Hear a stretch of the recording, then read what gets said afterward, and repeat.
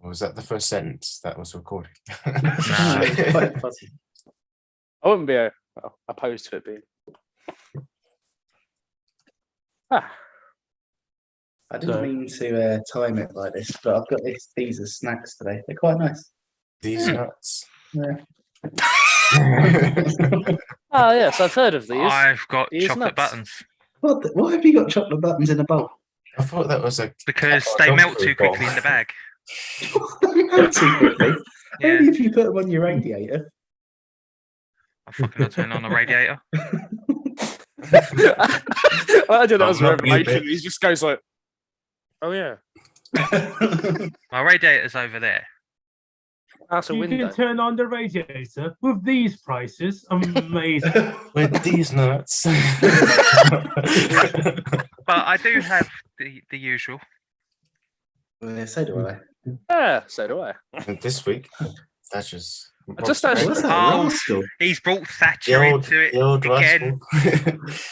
I just It's a realised fox beer. that mine and Rob's ones are like they're like palately opposite. And I've just got water with some ginger in it. Ooh, Ginger water. very nice. Watermelon and ginger, did you say, Emmanuel? No, water with some ginger in it. Oh, right.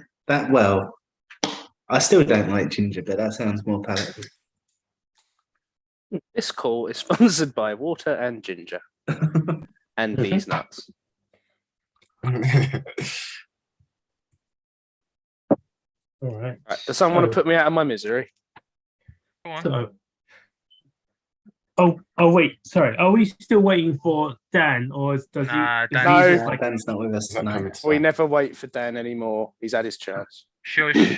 No. Leave him alone. No. I'll start bullying you.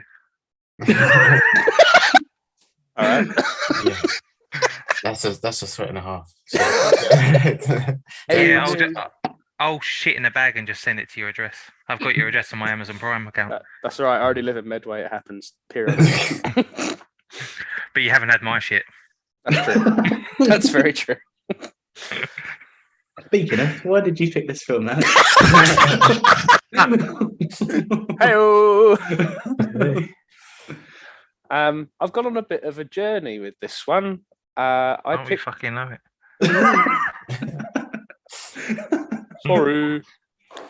I picked this film thinking it was really, really good. I watched it prior to picking it to make sure I still thought it was really, really good, and I did. And then I showed it to Ebony, and she pointed out something like she started asking questions, which is usually like where it starts all kind of falling apart. And then we got to like the bit just before when Oscar Isaac sort of laying out how he knew about the plan to get Ava to escape. And then like it goes from like a scene in like the kitchen, and then and Domhnall's gonna like try and start getting him drunk, and then he says like, "Oh no, I'm going teetotal for today." And then they have that conversation, and then like the parole goes out, and he goes, "Oh, well, I guess it's 10 o'clock." And then Ed was like, "Hold on a minute. Was he trying to get him? I thought it was like morning when this started. Was he trying to get him drunk in the morning, or boy, why is it daytime outside? It can't be 10 o'clock if it's daytime. Why the fuck? How long did this fucking take?" And then like Ava comes out and it's morning again, and she's just like, "What is happening with the fucking time thing?" And I was just going like, "Oh my god, I have no fucking clue." And it just basically sent me down this little rabbit hole of like, what about this? What about that? What about that? What about that? Oh my fucking god! And then yeah, I've kind of decided it's a bit crap. So yeah, this is like the first time in history where I feel like I'm attacking my own pick, and Pat's defending my pick, and I'm like, "Fuck you, Pat, score me lower." And he's like, "No, I'm going to score you so high, you have no idea." And I'm just like, "No, stop it." And so yeah, that's kind of. You're gonna get all the fucking awards, man. You get an award, and you get an award. You got 2 Hall of Fames. It's like, no. Might rate it higher. When was the last time you saw it, Alec? Before you've made the realization? I saw it. I saw it the week. Well, it was after Rocky Horror Picture Show. It was that week. So because I finished with that, and then I was like, oh fuck it, I'm not watching that again. So I thought you meant like this was like when it came out, like in 2016 or something. oh wait, do you mean the first time I watched it? Or? Yeah. Oh, I couldn't tell you. No, it just seems weird that you had such a U-turn of a change after like a couple of weeks rather than a whole year. Because it's like films that I've seen ages ago, and then I see them again. It's like if it's been so long, it makes sense why you'd have such a change. Yeah, I guess it's just one of those ones where I was like, that was really cool. And my dad went, yeah, it was really cool. And then like we had a bit of chat about it, and we got into like the themes and stuff. And it was like, oh, this is a really neat little film. But then naturally, yeah, I'm using this new method and kind of ruined some stuff. So Okay. Yeah. I think that's a nice kind of like, I don't know, a nice thing to bounce off of, because my experience of it this time is that it gets worse when you know what it's doing. Because I think the first time I watched it, it was a similar thing where I was kind of going like, oh, that's really interesting. And this is a really interesting idea. And that's a really interesting question. And then going into it this time, knowing all of that was coming, your mind sort of picks up on different things, doesn't it? And this time, all I kept thinking was, I'm not sure this film knows what it's talking about. I couldn't, yeah. And then I started looking into things like the Turing test and all of that kind of stuff, which I'll talk about when we sort of get going properly. And the more I did of that, the more I was like, yeah, I'm not sure this film knows what it's talking about. And I think when you've got that kind of fault for a film like this, it's quite hard to come back from. Yeah. Oh, Rob, can you explain like why you're saying you're like, yeah, they don't know what they're doing? Sorry? In more detail, thanks. Can you explain what you were saying? They don't know what they're doing in more detail, please. Yeah, so for example, like with the Turing test, so what I was reading was talking about how one of the flaws of the Turing test is that it can't prove whether a machine can think any more than it can prove that a machine can't think. And then later on in the same sort of thing, it started talking about how looking at that as a flaw of the Turing test is kind of misunderstanding what the Turing test exists for, because the idea of it is to test whether something can behave in an intelligent way rather than whether it can behave with intelligence. So it's kind of, yeah, It's kind of like Google's AI, like that kind of phone thing where you could phone up a business and you can get it to act like it's you, and it can book something and pass as human because it's behaving intelligent enough to pass as human, and then that is something that can pass the Turing test. Yeah, exactly. Yeah, so it's not testing the means of how it does that. It's just testing that it can do it. So it's like just things like that just kept making me think, well, I don't know, they're referencing these things to give it some kind of like legitimacy. But by doing that, it's just coming across as like a very sort of surface level thing where it's just like, oh, yeah, this is this thing and this is this thing. And it's like, but do you actually know what you're talking about enough to make a commentary on it? And I'm not sure it does. It was like when he said, oh, the thing about, oh, be like gods. But I was just like, I kind of wish they wrote it differently, which is why I gave it 8 anyway. But I was like, yeah, it could have been done better. Yeah. Definitely. Go on, sir. Oh, I mean, like, this movie is essentially Google Plus the movie, right? Or Google the movie, right? Essentially, it's like all the sort of like dark, deep web like horrors, but just put into film version. It's like you've got the character of Oscar Isaac's character with Nathan. Yeah, and he looks, especially with his bald head, it looks like a cross between like it could be Steve Jobs and Jeff Bezos at the same time. And they had and especially like they had and it's like if you just make them, if you smash them together, it's like, yeah, you got like Oscar Isaac's character, right? With him making his like an AI robots, you know, looking like his old girlfriends. I guess they really were ex machina. Okay, I'll stop. Okay. That one genuinely snuck up on me.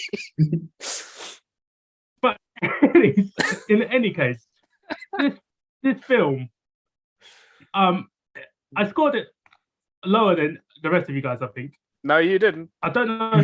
No, not that much. No, you okay, scored cool. exactly the same as me. I'm so proud of you. And 0.3 Okay, 'cause, higher like- than me. I feel like this film tried to make itself like unique and special, but we've seen shit like this at least 3 other times in like movies and shit. This is the AI concept of I think therefore I am, and it's like I think therefore I am AIs. I've seen this in Blade Runner. I've seen this in Ghost in the Shell. I've seen this. This is. I won't go too. I'll go deeper into it in a second, right? When we get to it. But it's like this isn't special. This is not, and it tries to think it's like awesome, but it's like it's like it's not. It's just like it's very substandard AI technology, sci-fi with a bit of like creepy moments. That's about it, and it's not. It doesn't really go anywhere with it, and it's like, it's like maybe because like when I haven't watched this before, and this is the first time I watched it, and I watched it, and I was like, he's gonna think he's an AI, isn't he? And he's gonna try to cut himself open. I actually guessed that scene, and I go, he's got his shirt, and he's got, fucking predictable. It was fucking predictable as well. I'll say, as supposedly like modern like AI sort of film, and it's like, no, I actually guessed this scene, and it just disappointing, just fucking disappointing. I retract my proud of you. Why? Just because you cited Blade Runner as like the better one, I was like, oh. No. Blade Runner, the original book. Oh, that wasn't. No, that's not a book. It's called "Do Androids Dream of Electric Sheep?" Yeah, Electric Sheep. I mean, Electric Sheep. Yeah. You said sheep. Electric sheep. Yeah, you got it. Okay. Do Androids Dream of Electric Soup? Okay. In any case. Anyways. Okay. Who else? Okay, we got Ben, Manuel, Hump. No, wait, that's Pat. Hey, stop digging at Humphrey. Okay. Pat can go last. Ben, Emmanuel. Yeah, that's fine. Who wants? I know it is. No, it's fine. No, I do think Ex Machina is still a good film, despite what Alec might say about it. You're right. It's kind of like it doesn't do anything so drastically new. Even when it came out, it's kind of like borrows from things we've seen before. But I do feel like it was executed in a way that was really quite impressive for its time. It wasn't very. It was very. It wasn't so showy. It was very subtle, and it's very bare bones. It's literally just a three person, practically 3-person film and piece, where it's just very, very minimalistic. It all happens in one location, and all the actors kind of just have to give it their all to sell you the idea and the story and the premise. And I thought that was one of the film's highlights. And it definitely does raise a lot of interesting philosophical questions, which again has been done before. But I felt it did well meshing that with new ideas and concepts that we've seen in more recent movies in recent times. And like what you guys have said about the Amazon and Google kind of link, it's kind of like, yeah, if this would happen, it would probably happen in this sort of way. They'd use like, it'll be a GDPR kind of like thing where they just use personal data to kind of like amalgamate this perfect being or this android out of nothing. Amazon already has microphones and cameras and exactly. So it's kind of like a premonition of what was to come when it came out in 2016. So it has a lot of like the impact of this film was quite before its time in a sense, and it does stand ahead of its time when it came out. however, like you say that there are dated ideas and it doesn't go quite enough. It doesn't ride home enough as it should. Like the ideas are there, but they don't really do a proper gut punch like you'd hope them to. But I do feel like he's still quite effective. And I think more than anything else, like the performances in it kind of like make it even better than it probably is. And kind of like, I will admit that I was swayed by like a lot of the visual effects and like how it was done is so subtle and so kind of like nuanced in terms of like, they're not really gonna make it like, oh, we're gonna show you the origin of Ava. We're gonna see Oscar Isaac build her from scratch. You don't see any of that stuff, and you don't see any of the things that you'd probably assume or think you will see. But I do like the idea of it being like, no, this is just one man's first kind of like, what's the word? When you meet an android for the first time, this is what it would be like, and how would you react to it would be so like, I don't think anyone could predict what you do. But I do appreciate how they kind of like weave in the real world stuff of him being kind of like, what is the word here? He's kind of like seduced by her, and therefore she uses him as her chance of escape. And obviously some of those ideas don't quite work in terms of like Bob was saying about Oscar Isaac's character not really thinking things through about her being able to escape as so easily as she did, and the safeguards with the whole facility, it was very kind of like flimsy. I'm gonna get into that, Simon. Yeah, we'll get into that because I'm intrigued to talk about that too. But I do feel like, yeah, the ideas there are still strong enough, and I do feel like I still enjoy it despite its flaws.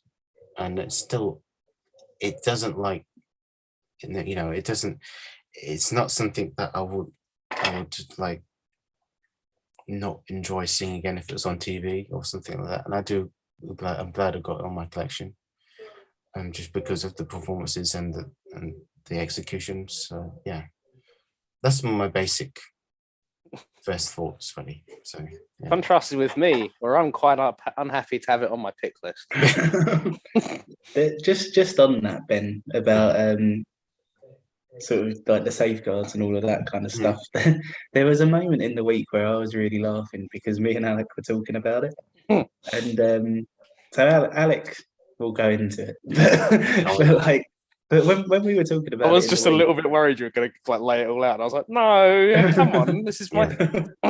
But there was one of Alec's issues that, like, just after I watched it, I was thinking about it, and I was like, no, this does make sense, because if he's done this for this reason, and then the whole point of it is to do this, and yeah, I was kind of thinking along those lines, and then after I sort of like did this big thing where I sort of laid out all the ways where it should make sense to myself. So it just kind of clicked and went, no, this reiterates Alec's point.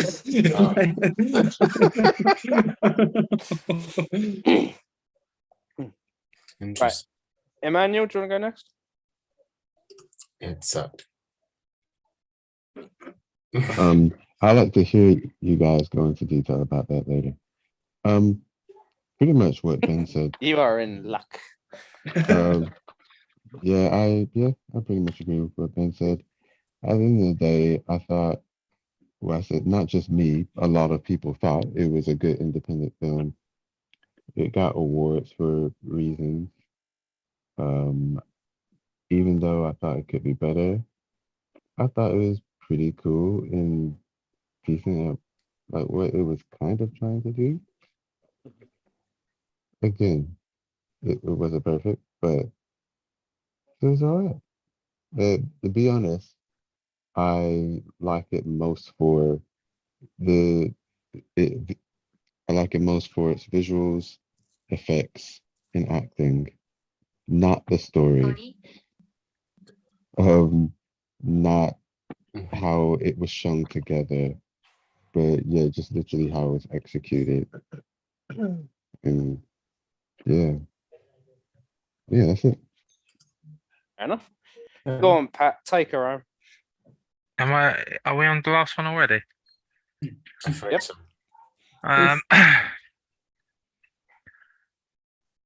Fucking hell, I'm now trying to. You've Yeah, had good. half an hour. No, it's just only like the second time I've watched it, so like I think Ben, did we see this in the cinema when it first came out? Mhm. Yeah. I'm probably the only one that sort of stuck with my initial thoughts. I think it looks fantastic. Like I can't really take anything away from the level of production that's been put into it, but from how it looks, how it sounds, and stuff like that. The acting is top notch. I mean, I'm probably the only one that really likes the story, but that comes from the interaction between the three main characters. And I feel like if those three main characters weren't written as well, I think for me it would have fallen down a lot more. Rob showed me Alex's points of contention a few days ago. Betrayer. I see where you're coming from. I don't agree with any of them. But I genuinely think it does come from the perspective that you watch the film from. But I'll let you go into your issues for the group in a bit.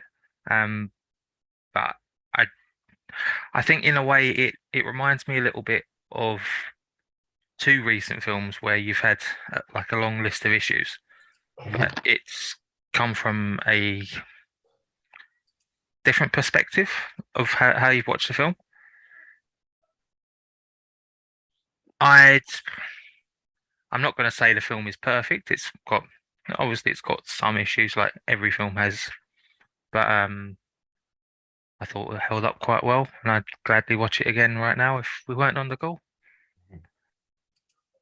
That's fair. I wouldn't like. I don't want to say like I'd like begrudge anyone for like thinking this is really really good, because like like we've all kind of touched upon, the production's really fucking good. They've integrated the CGI in really really well. Domhnall Gleeson and fuck it, everybody, they're all doing like a really fucking good job. Especially on like rewatch stuff. Like you look back on things where Oscar Isaac's going like, oh well, the reason I've shown you that she's a machine is so that you know she's a machine and that you have to kind of decide if she has consciousness or not. So doing that instead of just having her talk to you from someplace you can't see her, that's why I've done this and set it up this way. And Domhnall goes, oh yeah, I guess you're probably right. And Oscar Isaac does like a bit of a yeah. And like the first time you see it, you just go, oh, he's smiling at that. But then the second time you go like, oh yeah, he's kind of going like, you fucking smug dick. And the acting's really fucking good. Like I will not take away from acting or production. But yeah, I still can't begrudge anyone, because that's kind of what fooled me, I think, into forgetting this wasn't written by the guy who did Sunshine. Like, I'm thinking back to that bit of Sunshine. I don't know if Emmanuel remembers when Benedict Wong, his whole thing is like managing the heat shield, and then they go, "What do you think, Benedict Wong? Do you want to go over that? Do you want to change your route here?" And he goes, "Yeah, no, we can do that." And then the next scene, he goes, "I forgot to fucking change the heat shield," and I was just like, "You forgot to fucking adjust the heat? That's your job, my dude." Like. It's the incompetence. It's the incompetence of humanity. It is the incompetence of humanity. But if it, I'm not an astronaut, and I thought of it, so I feel like the astronauts should probably think of it. Yeah, but the viewers are obviously going to think of it. They've not got that pressure, have they? But it's my only job. So the guy who directed this, it was just his first directing kind of thing. Yeah. He wrote Sunshine. Yes. Yeah, he wrote Sunshine, and Dread. And Dread. Oh, and, Dredge. 28 Nice. days later. and 28 days later, yeah. Hmm. And he went on to do Annihilation after this. But yeah, I might he pick did that. still write Sunshine. So bad luck, I guess. But yeah, I just want to say I don't begrudge anyone for being fooled by this. Fooled. Yeah. Because I think it is like raising interesting questions, and there's stuff like, is AI? What's the difference between an AI doing an action really well and understanding what the action is, and the whole is it possible to fall in love with an AI, or will the AI reciprocate your feelings? All this stuff, and like you have the whole thing with Oscar Isaac, like he wants to see if it'd pass like a normal person, so he's trying to he's like kind of doing it in a friendly way, but he's like kind of trying to discourage him using his critical thinking and his by the book approach, and he's trying to make him go, oh yeah, do it through, trying to approach this through like feelings and all that. And it's like, yeah, which is also kind of emblematic of the trap I fell into. But like he's doing that in such a way, going like, stop thinking about it with your brain, think about it with your balls. That's the way to do it. And I think all that stuff's really, really clever. But I'll let stuff settle before I go into my problems, I guess. So the main point is that he chose him because he's gonna be a simp for this AI, and I'm gonna keep calling him a simp because that's what he was, right? He was a simp for this robot lady because Oscar Isaac programmed her face, designed it, and goes like, what sort of porn does he watch? What sort of like what's his deepest darkest? The answer is the good kind. Yeah, but like he melded it all together just to make her. He's watching the right porn if like you combine all these porn stars and it makes Alicia Vikander. Like, fair enough. Like, yeah, that's some good stuff. You got some good taste, my dude. Fair enough. At the risk of being abused on here and online, what the fuck is a simp?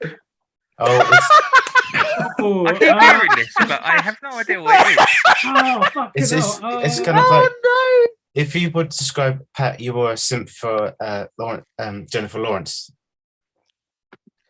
It's basically like if a lady offered you. No, it's a crush.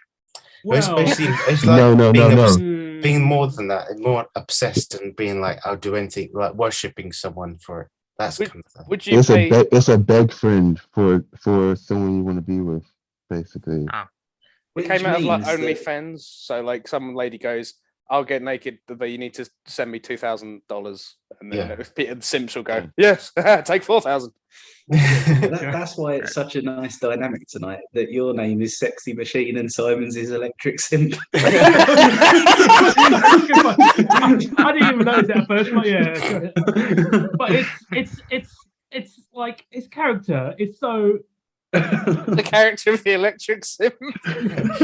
Do androids dream of electric simps? It's a term that I've heard everywhere for the last 3 or 4 years, and I've never really questioned it until now. For 3 or 4 years, you've been thinking, no, not today. I was there thinking, it's one of those new words for the new kids. It must be me getting old, I needed this after shit at work. Yeah, it's great. But it's got this image of an android dreaming, like, what if I showed him all my circuitry? I'd be rich.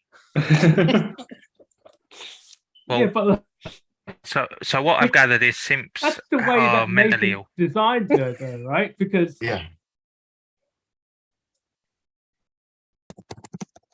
well, you're not wrong about that technically, right? But in any case, Nathan designed her for Caleb, is right there, because that's the whole point. Is like he goes, I feel my internet connection's a bit weird, so if I start lagging out a bit, give apologies. But like he designed her for him so that she could try to use him to escape.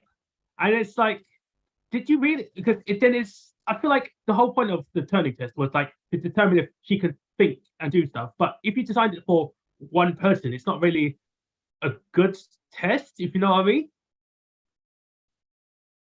Yes, no? I don't necessarily feel like Nathan's necessarily doing this with the end game to release Ava. I think he's trying to see if he could pass it by like a normal person. I don't it's not like anything that's necessarily like said, but I think he's not necessarily open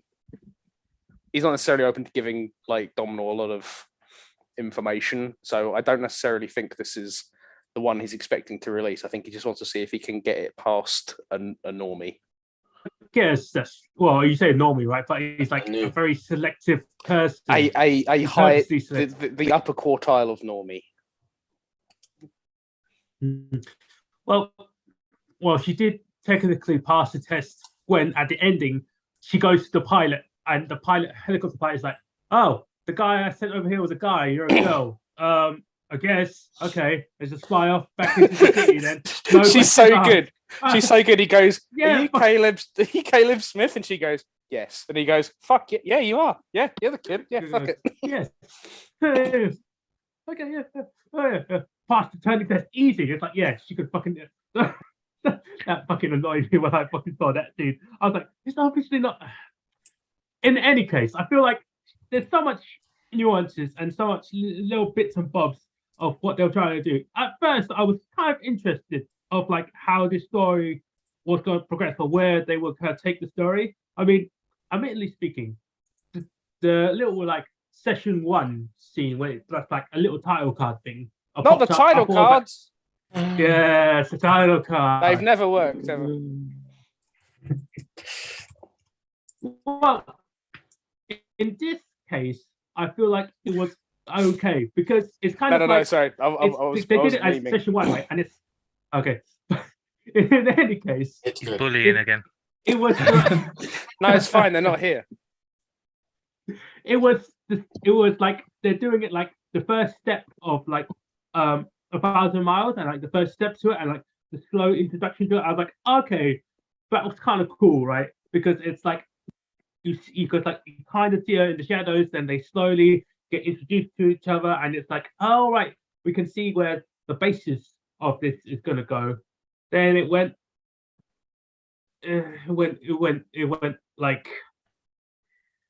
to sudden power outages and like trying to like, oh, he's not actually a good person. Don't trust what he says. So it's bullshit. And it's like, okay, actually, a quick tangent there.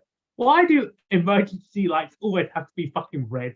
It's like, I know it's like in the movie, right? If it was fucking like blue or fucking orange, right? It wouldn't seem so fucking ominous. It could have been.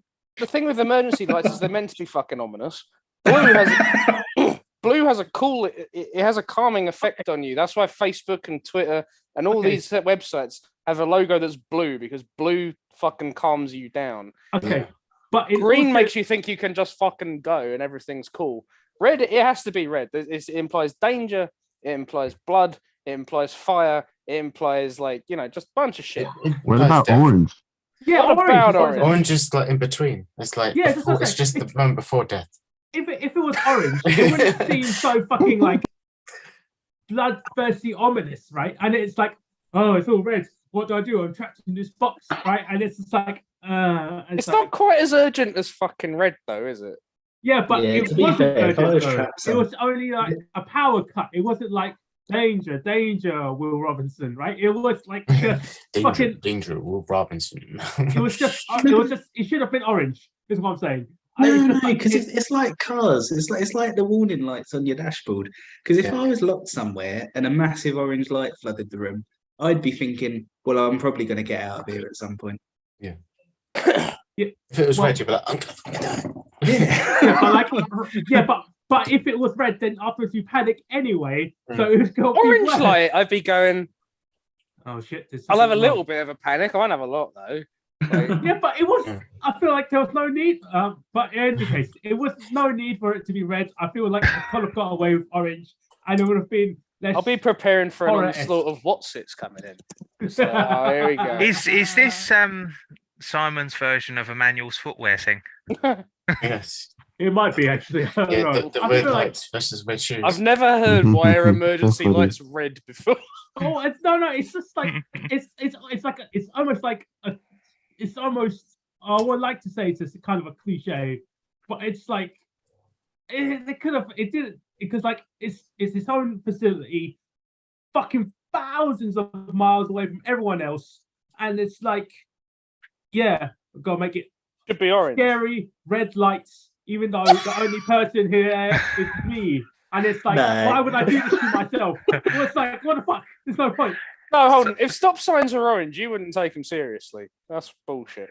Yeah, but So- even if I was on like my own property and I'd only ever have to worry about me interpreting these lights, I don't think I'd think, well, I'm going to make all of my emergency lights blue just on the off chance it gives me a cooling sensation. Like, I Well, don't- it's not even There's that. an right? emergency. I feel calm about it. Well, I mean, like his house was that house was a bit weird anyway because it's like Jesus Christ, you're using key cards and you're supposed to be like, Orange is The the most, fucking like- standby light.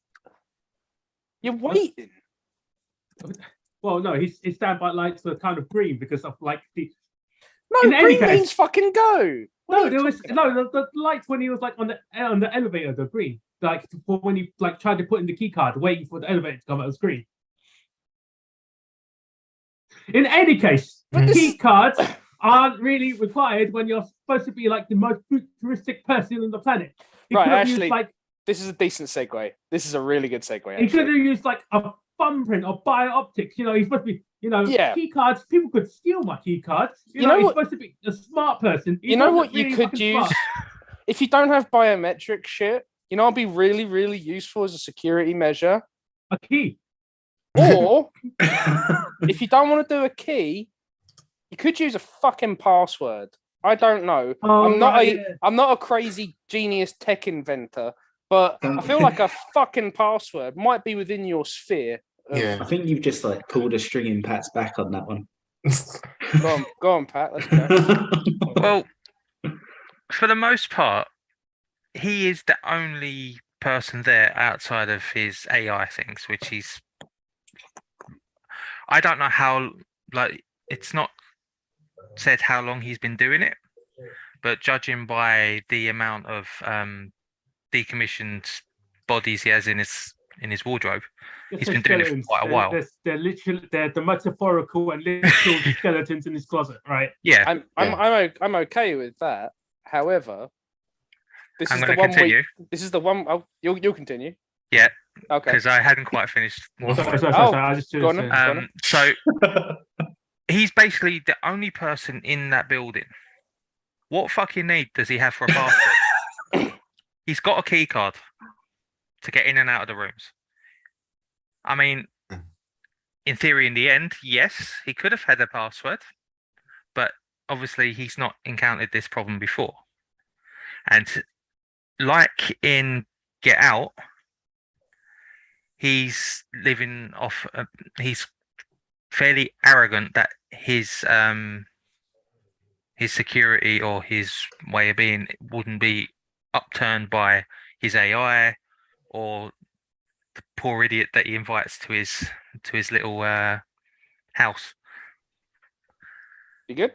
Yeah. Points. Counterpoint. Okay. So now hold on a second. I've got a counterpoint too, Yeah, you go first. You go and first. mine will go. Go. I'm sorry. I'm such a dick. It's fine that he's on his own in his usual like day to day. However, I could set up a password in 2 minutes and I know this guy's coming to my house. So he might be alone. However, he's not alone for this week that we see him. So having a password is a relatively low effort, really high security way of enforcing all your shit. So I'm okay with him not having a password in his regular day to day. But if I've got a stranger walking around my house, I'll just put a password in. That's okay. That's it. That's within my sphere. I think Go on, in Si. this case, And sorry, let me quickly get to my counterpoint to Pat's thing. Technically Uh-huh. speaking, he wasn't alone anyway, because who the fuck cleans that house? Who the fuck buys his beer and vodka, right? And The who the fuck droids buys do. him the fucking the what? His AI. yeah, What fucking where? Yeah, I don't know, because When if did his she AI was buy like going fucking out and salmon shopping for and it, he wouldn't rice need to make fucking sushi? That's what I'm like. What the fuck? That's like bollocks, absolute bollocks. It's just like, well, I think that he had AIs doing everything for him.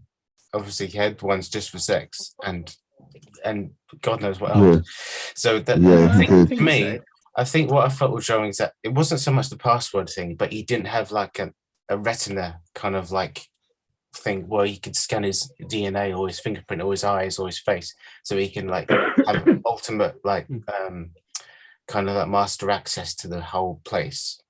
You think he'd be able to scan his face? If he can make an android, he can be able to make some sort of like security system that can scan his being.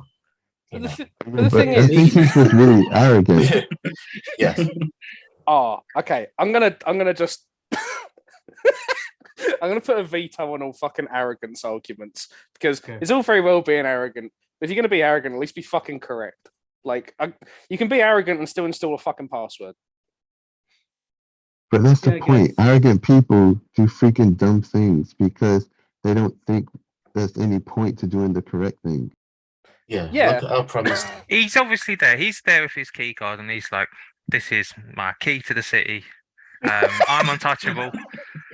He's obviously he's thought he's bringing in the person that's going to participate in a test that he wants to do, but he's not going to be challenged by this specific person. So he's not felt the need to have higher security. Speaking as a drunk, okay. Mhm. yeah. Speaking as a very arrogant drunk myself, if I'm unconscious around someone I don't fucking know for extended periods, and I've got all this shit, and I've got a super strong AI in my basement,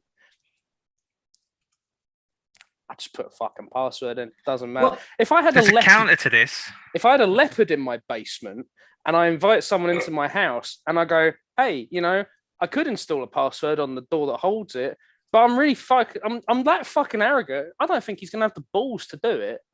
So fuck it, I'll just leave it. And it's like, why not just put the password in and then be arrogant? Because then you've done everything you can, and then you don't have the leopard running around and eating you. I don't know. No. Because you say he was arrogant, right? But he's still fucking stupid anyways, for like two reasons. Because he still gets fucking drunk off his ass where he goes, oh, I'll try to get into the, oh shit, I dropped my key card somewhere. Oh, it's like a fucking like mess. That's the thing with the key card, because the key card is dependent on you being the guy holding it. And if you're not in control of yourself, which, again, as a drunk, I'm not generally. Yeah, I would not be relying on key cards. In my high functioning hours, I'd be setting up a fucking password. Fingerprint ID is what you should be. Yeah, fingerprint ID would be another really good one. Face ID. This is the thing, though, right? So, I mean, I don't know. I wouldn't personally get too hung up on the password alone. But the problem is that it all kind of compounds, because you've got this guy who's like, I've got a security system which is fairly simple to exploit, and I'm also drunk most of the time. And it's like, well, I don't know. I mean, being drunk half the time would probably be another reason why you wouldn't want password. Would it not? Well, because he wouldn't have the sense to think doing it. Yeah. No, I mean, like, he's got the key card with him. Exactly. He's got the key card with him the whole time. So, like, you think like, when you've gone for a night out and you've come to your door, the least you're able to do is stick your key in the door. No, I've had trouble with that. I've never had trouble with that. I'm even all right with the key card only being like, sorry, I'm all right with the password only being on his computer, because he can't use the computer when he's drunk, right? But him not having it allows Caleb to go into the code and change all the controls around so that the doors unlock instead of lock. Right. So I'm okay with the key cards being for the doors, and I'm okay with them being for everything else. But the computer absolutely needs a password on it, because that controls everything. But wasn't it just part of the plan? Why would that be part of the plan, to have him go on his computer and make all the doors open? No, This is how I he started wanted him thinking. to help her escape. Yeah, but he That's the wanted, test. him to do it on the last day, where he's like, it was my plan to see that you had a plan, right? That's what the fucking plan was. But he's like, no, but I saw that you saw that I have a plan. So I planned around your plan. And he could accomplish that by having a password there and go, hey, you tried to get on my computer, you little fuck. What were you doing? The end. You didn't get there, but Yeah. what were you fucking doing? Like, he could do this with the password and still have that. Yeah, it was. There's so much. There's so much about this film that had glaring plot points, and it's like, Oh, the thing is, like, you might be tempted to go, oh, he's really arrogant. He didn't put any security system in place, any sort of fail safe. And it's like, no, he actually did. What he did, right? Because this is something that I have a problem with the ending. Because the ending, we see that despite the fact Caleb's changed all the things to unlock when the power cut happens instead of lock, they... What the fuck was I going with that? I just died on its ass. Caleb's changed all the code around so that the doors all unlock instead of lock, right? However, when she needs to lock him in, because she can't alter the code, she definitely can't alter the code, because if she could alter the code, then she could just get out whenever Nathan's asleep, right? So that's bollocks. So, but the code just seems to like change. So she locks him in, and I was like, how's she locked him in? And she's locked him in because that's not a door he's actually supposed to be able to get through. That's a Nathan door. That's not a him door, right? And that's why his card doesn't work. So he can't get out. That's a Nathan door, and that's the one with the computer in it. She fucks off, and then he goes to go and let himself out by putting his card in the computer. Him putting his card in the computer shuts all the power off, causes a power cut. So, logically, the doors should all unlock. He tries to get out, the doors are all locked still, but no one changed the code. So, the fact he's locked in there is bullshit. Yep. The story fucking forgot about that. Sorry, that's a different point. But yeah. So the failsafe that Nathan did put in protects against someone stealing his card to get in that room and then using their card to use his computer, which is fucking retarded, because if they have his card, they'd surely just put his card in it. Yeah. Why would they take his card to get into the room, but then their card to access his computer? That's stupid. So he's put a failsafe in place to protect against something that probably won't happen. Whereas the thing that will happen, someone stealing his card to get into the room and then using that card to use his computer, would be thwarted if he had a password. Yeah, I can't believe I'm agreeing with Alec, and Alec is shitting on his own movie, and it's such a big, it's a big situation. Yeah, it's the story was not great, but it's like, okay, like there's a reason we brought up the astronaut from Sunshine, right? Okay. He's the guy who just kind of went, "I'm incompetent," and it's like, "Yep, you're incompetent." Congrats. What? Okay, I need you guys to explain one thing for me, because she is still the AI, and she still needs to. She's still a robot, right? Mm-hmm. She's not got. She still needs to charge batteries, but the only places that she could charge up was the induction plates that were inside the facility.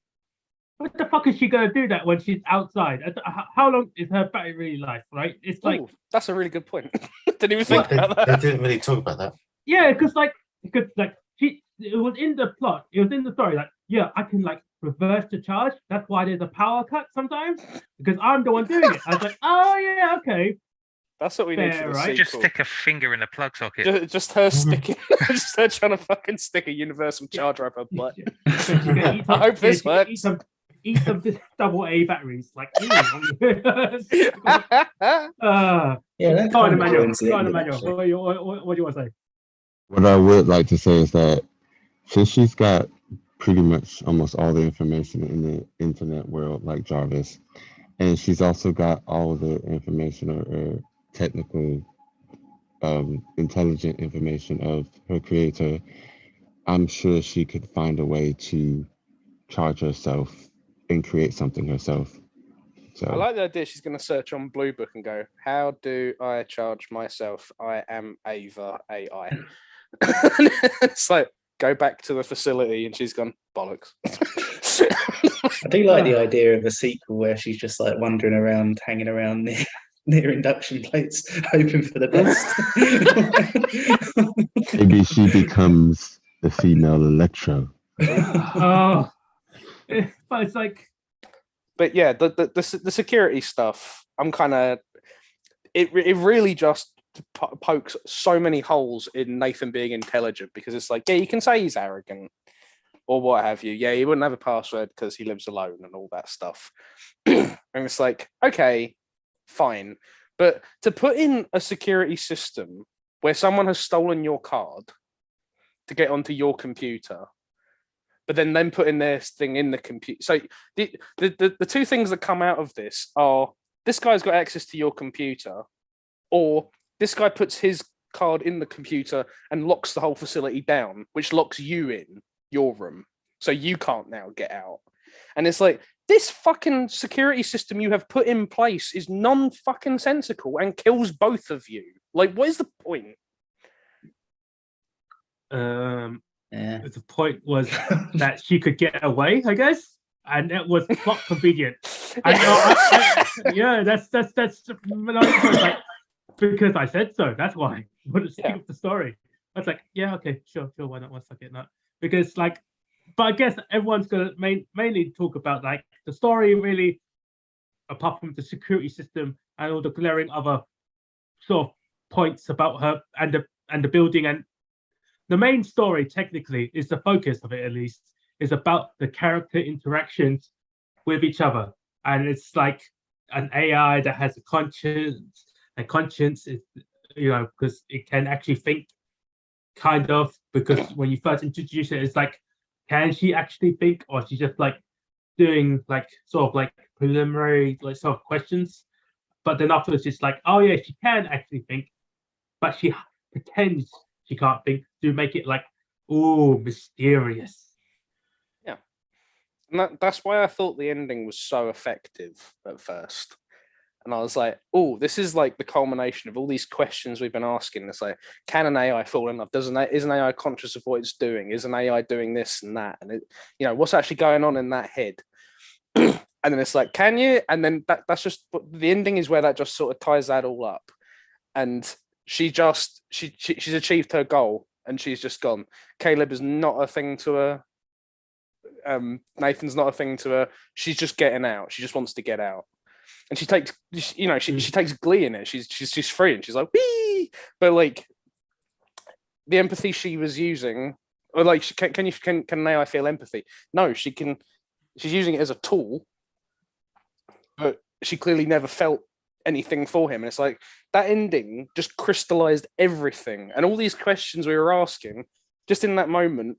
No, she didn't feel any of it. She's a robot. She's going to fucking just leave. And it's like, damn, that's so effective. And then you go, why is he still locked in though? He can't be locked in. He changed the thing around. Because something needs to go back into Pandora's box, which is the point I was going to make.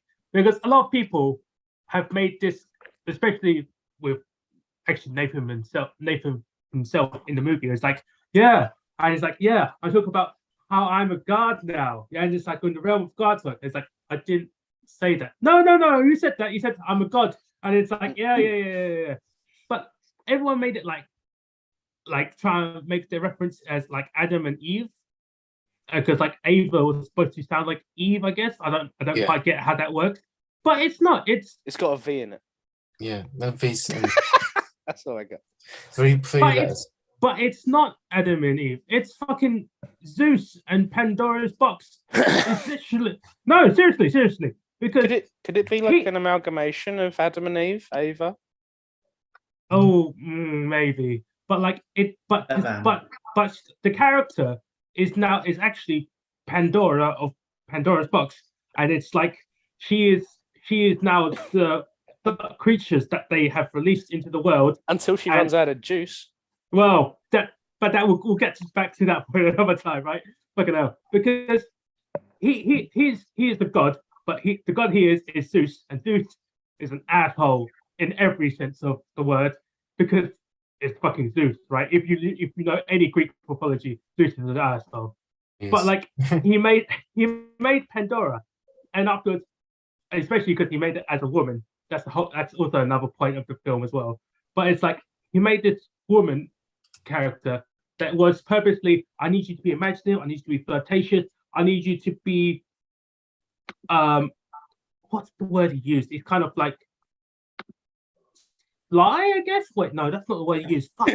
You weren't struggling around for lie, were you? But like fucking, I don't know. It's like he uses the word. He uses the word manipulate. I think it's like manipulative. Yeah, that's it. And it's like he made her be Pandora, and Pandora left that box, the facility, left it, and is gonna go release chaos into the world, and afterwards, that chaos in the world is gonna become Blade Runner. Sorry. The electric shrimp cinematic universe. Yeah, electric sheep everywhere. Yeah, because afterwards, essentially, this is a prequel to either Blade Runner or Ghost in the Shell. Either way, the world is dystopian and it's all fucked. But it's okay. You better stop bringing up Blade Runner. Cool. Okay, let's just. Anyway, Blade Runner. What was your favorite scene? I love the bit where she did aggressive flick flacks and then tried to smother him with her butt. That was my favorite bit of Blade Runner. Anyway, Pat did not agree with my problems. What is your rebuttal for the security system that's retarded? That's good. I think we sort of covered that, didn't we? No, you had a response to it. You didn't agree with it. To the whole security thing, like, it was all the. I didn't necessarily think password was that important. I just don't think he counted on being. So he thought he was being clever adding that extra camera. He didn't think he was going to be caught by shit, I forgot his name now. Caleb? Yeah. Saying that he was going to do it, but it was already in motion or had already happened.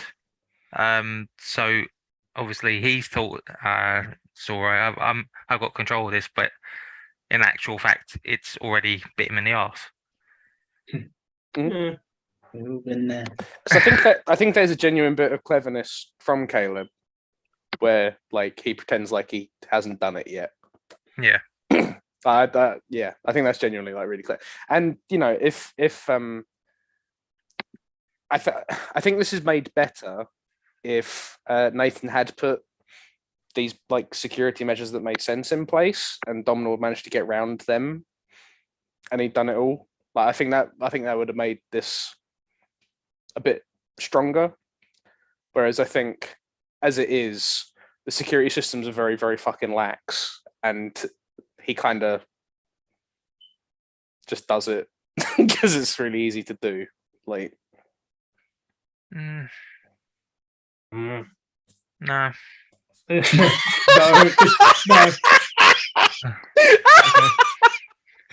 I get what you mean. I just no.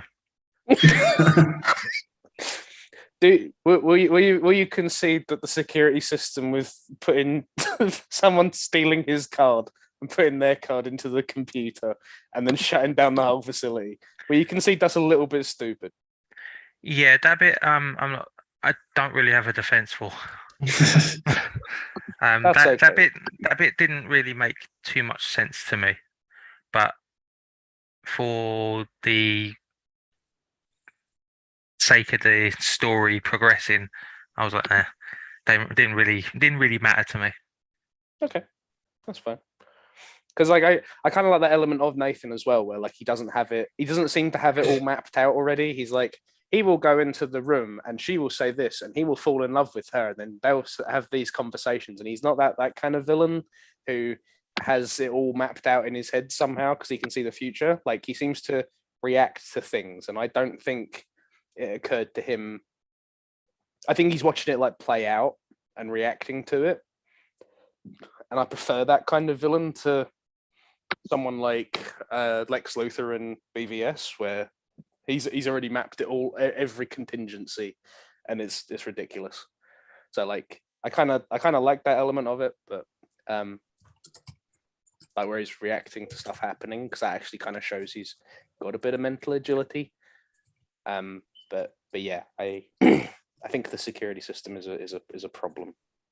I think the whole overarching thing where he's chosen Caleb based on his Google search history has just shown sort of his level of arrogance in some respect, because he's not actually done a proper background check on who he's actually inviting into his house. So he's like, oh, this guy is desperate. He wants this specific woman based on his internet search history, but he's not actually researched what his intelligence level's like, or what he is like as a person. So he's invited him. Sorry, man. Sorry, I thought you were finished. Sorry. So he's invited him into his house, just knowing one tiny bit of his life. It might only be a 5-minute search that he's looked at. But I think that's somewhere that the film sort of falls down a little bit with what I was saying earlier about not being totally convinced that they knew what they were making. Because if you look into this stuff, it's pretty terrifying the way that companies like Google and Facebook and whatever essentially build profiles of you based on your online activity, and they can literally like predict your behavior. This is something we were talking about. You're like, I don't think it's like that accurate, but like the way that it actually is more scary than how you're depicting it. They're watching this chat right now and they're judging if we need to be assassinated. So that's the way it is. That's what's scary, though. They don't even need to watch this chat. Like that's how good they are at predicting our behavior now. Yeah. And I think with Nathan going into that thing about how he selects people based on their search histories and that kind of thing, it would have been nice if they just went a little bit further into that and showed how much he actually got from that, rather than just, you're going to fancy this person.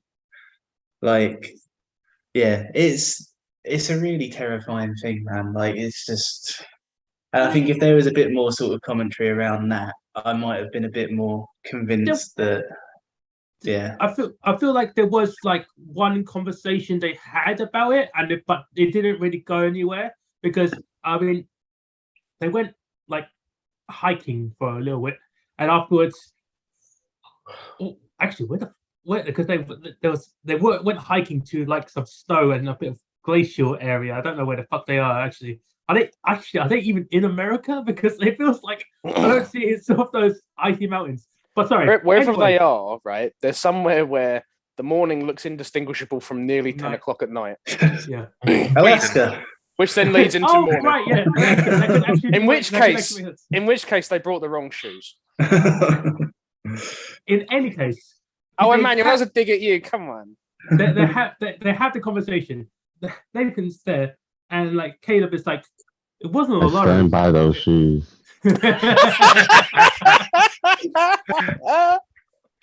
But in any case, Caleb was like, I didn't win a lottery. I was chosen. You purposely picked me out. Why did you lie to me about it? And it's like, don't think of it like a lie. Think of it like you being the chosen one and like being purposely selected for this purpose. Oh, so yeah, it goes back into like the religious Jesus-y concept about it again, right? Because like he is supposed to be the new progenitor of the next evolution of my AI. That's the way it is. And it's like because like from his history, he knew he was orphaned at a young or fairly young age. He's a decent-ish programmer, and there's all those things that he goes, oh yeah, of all like the people that are in my company, I selected him because it seemed right. But again, it's still not. It didn't make sense completely, right? Because he still had to make him sign the NDA, and like I was like, if you took so much fucking time to do all this shit, why do you even need the NDA? You know he's gonna do it, right? It's like, what? I think that would have been a really interesting story, though. Like if they'd have explored that a little bit more. Like if Nathan was kind of going, we've got access to like everyone's internet activity and whatever, which means that we can find the perfect person who's going to do exactly what we want them to do. We just don't know how they're going to react when there's an AI that could be a human involved in this. Like that would have been a really interesting way to do it. And it probably also would have explained why he didn't have a password.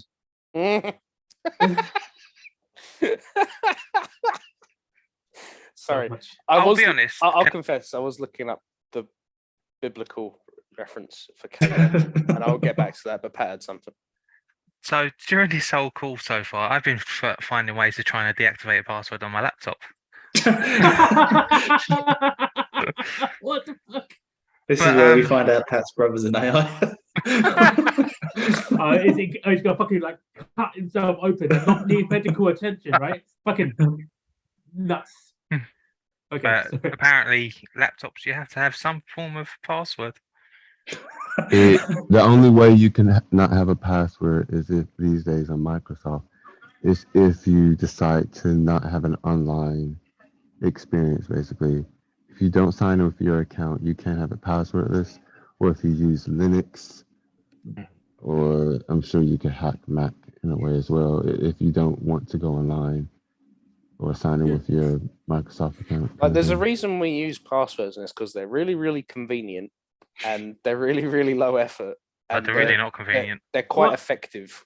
I mean, like, even imagine being drunk. Even if he had, he had password 123, that'd be better than what he has. If he had the fucking PIN number system, yeah, I've got a PIN number.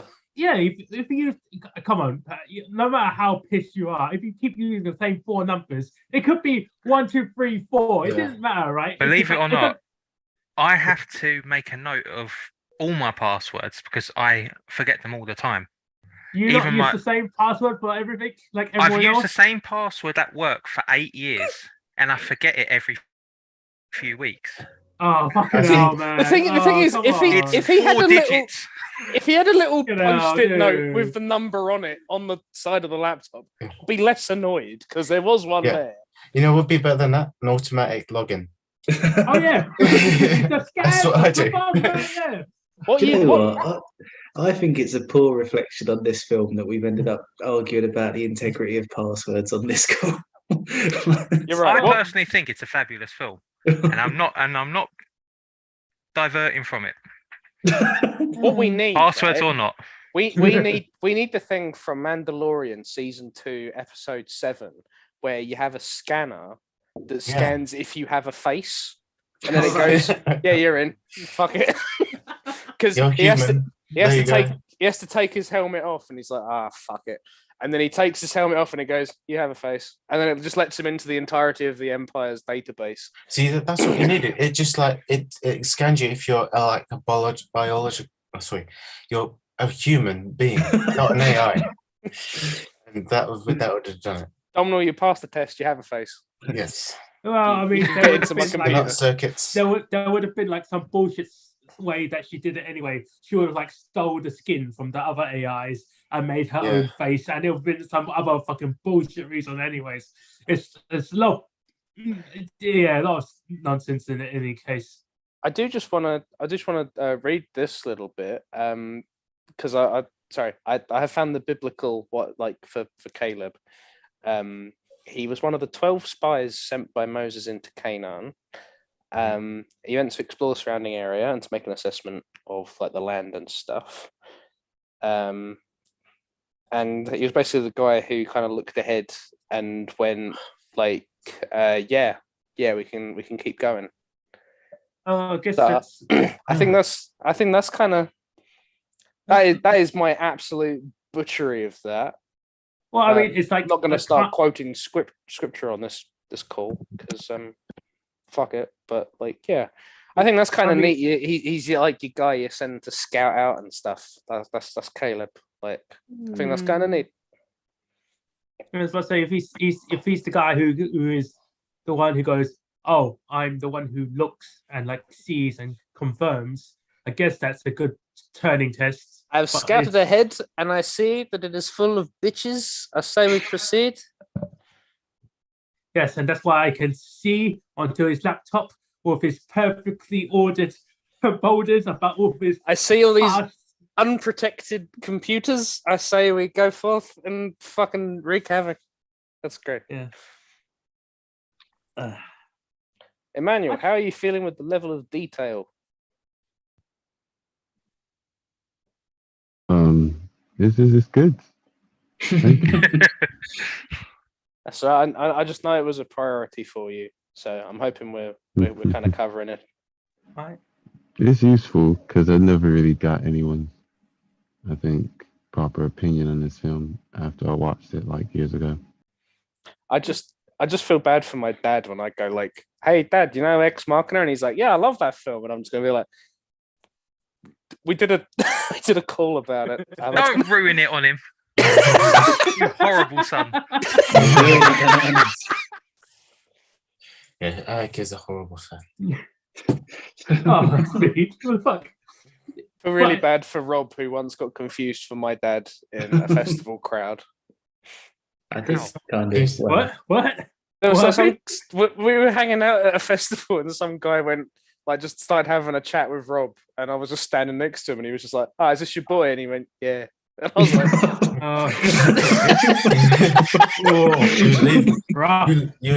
you must sound a lot arrogant. He's only 3 years older than me, but yeah, let's do it. I don't Cool, know. Rob, you got started early. But the way that he asked, I felt like I'd disappoint him if I said no. So I kind of looked over at Alec, then looked back at him and went, "Yeah, man." You're so nice. You're so nice. Oy. Okay. Oh. In any case, Nathan was really obsessed with his making of AIs and all this stuff. Not his making But it's, computer security. but it's like the main thing here is that don't hate me too much on this, but if we compare it to our last pick, he did make a living sex toy again, didn't he? Oh, right. Yeah, he did basically. Oh, hey, I guess Multiple. that is pretty thematically relevant. Yeah, because like if you think about it, it's like he made a living sex. I was like, this. I looked at it for a second. I was like, I paused the film and I thought about it. It's like, didn't I just watch your film last week about this? What the fuck happened? Like, in a lot of ways, yeah. Nathan's like Scooby-Doo. I mean, Rocky Horror. Yeah, and it's just like, oh no, they made a sentient sex toy again. What the fuck? Don't say sentient. God. Yeah, that word has history in film club. It does. Wait, whose film? Depending on. Oh, it was Ben's film. It's called Duel, and it's about. Which, funnily enough, also had a sentient slut. It's about a guy, and he's like a traveling salesman, and he overtakes like this truck driver on the road, and then the truck driver just like starts deciding he's gonna fucking kill him. And John read the Amazon synopsis and thought that it was a film about a sentient truck rather than an insane truck driver. Oh, okay. And we well, I say it's probably mostly me. I kind of just gripped on him for it, and As you do. yeah. Yeah. I like gripping on people because it makes me feel secure about myself. So But you should go back and watch the call of that, Simon, because it has my favourite quote ever in well, I mean, like as I was talking to, I told Alec before, I rewatched the Greatest Showman call about it. Like, you guys really fucking put out those baseball bats to beat that fucking horse. Except me. Except me. Okay, except for you. That's not a badge of honour. that's bad. No, Badge it's of not. honour.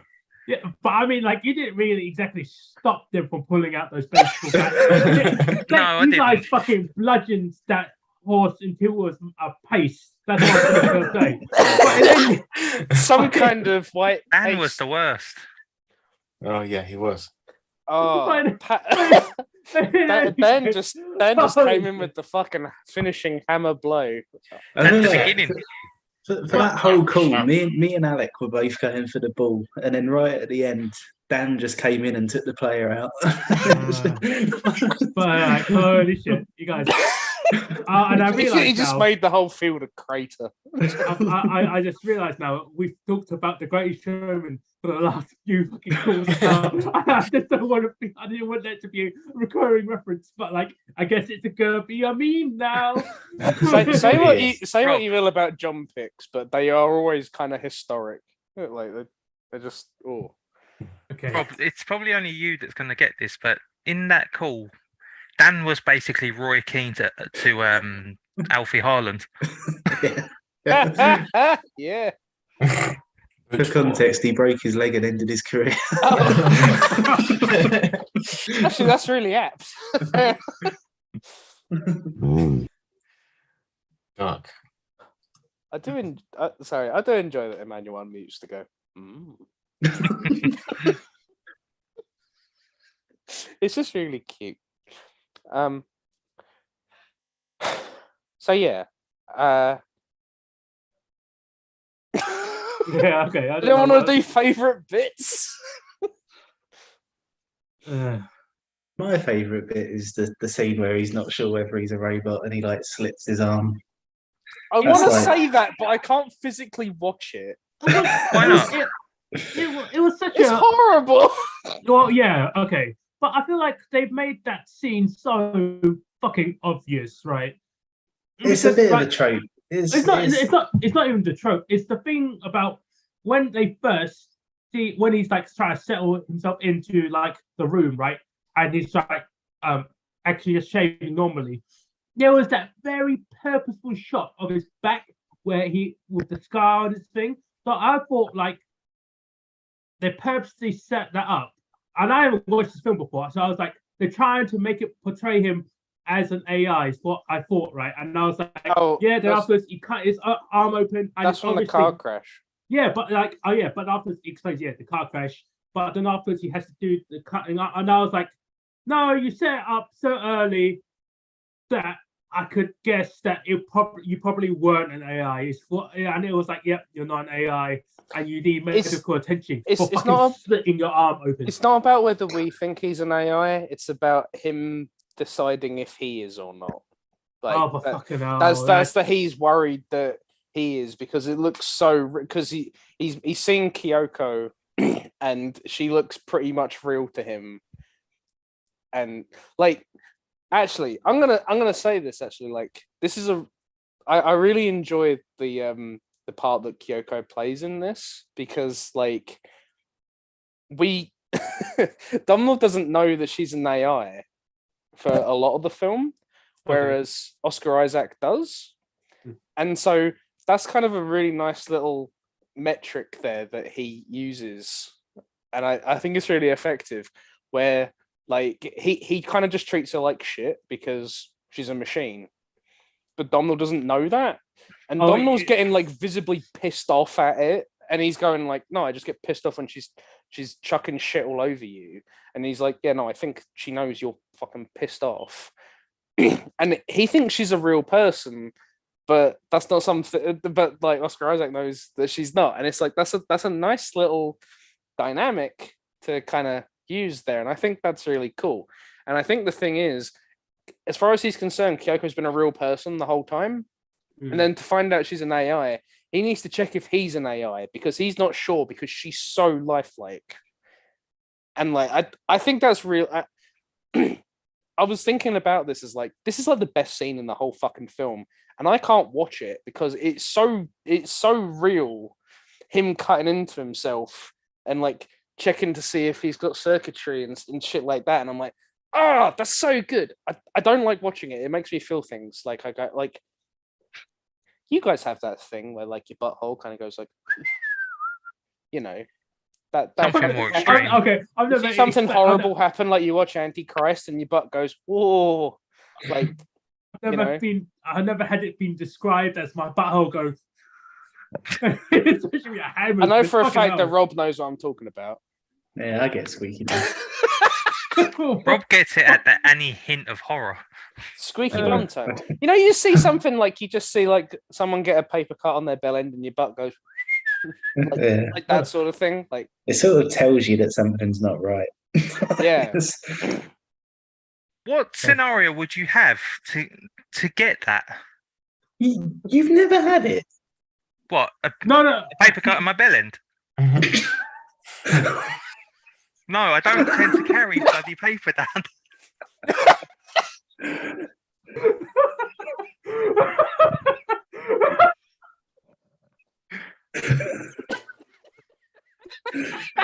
Oh my fucking god! What the fuck?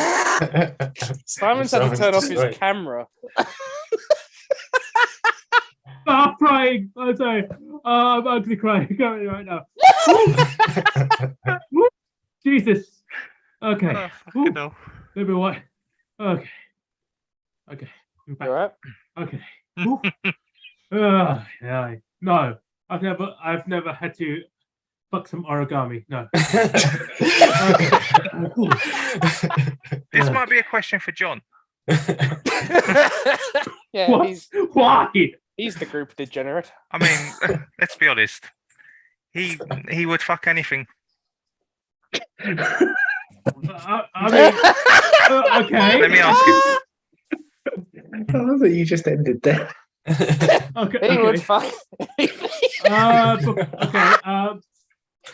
Okay. Then I feel like it's a bit awkward. So favorite scenes.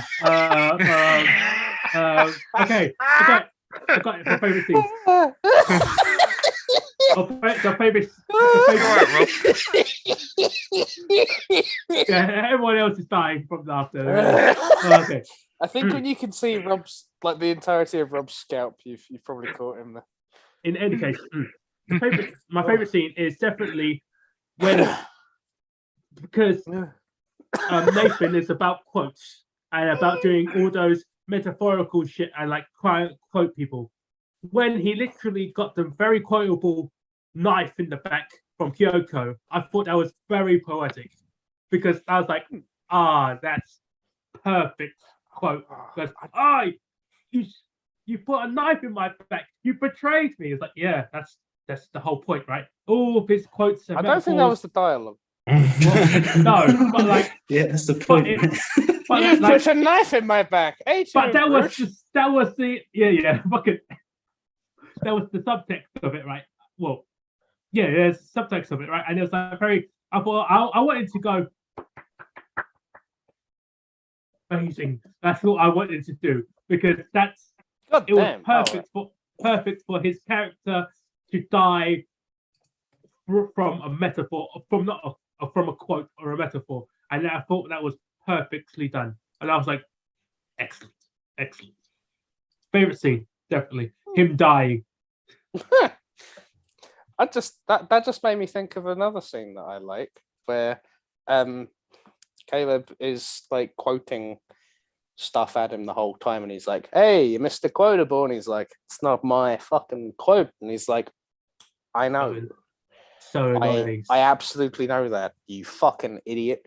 And it's the Oppenheimer quote. He says, But then I'm but then later he has that scene where he's quoting that bit and he's just like, in the depths of shame, the good a man has done before defends him. That's an Oppenheimer quote also. He's like quoting like a bit of like Hindu scripture, I think, or something. But it's just absolutely fucking clowning on him. But Like, oh, you want to do Oppenheimer quotes? Let's do some Oppenheimer quotes. And he like just goes for this whole fucking thing. But then it does lead to him getting his key card and shit. yeah, but like but Nathan was all like, he just grabs bits of information anyway. It's kind of like doing the Google "I'm feeling lucky" search. It's just random bits of trivia. And like, it's the thing about what was the fucking, because you talk about that reminded me about that Ghostbuster thing. It's about, oh, you don't need to search for them.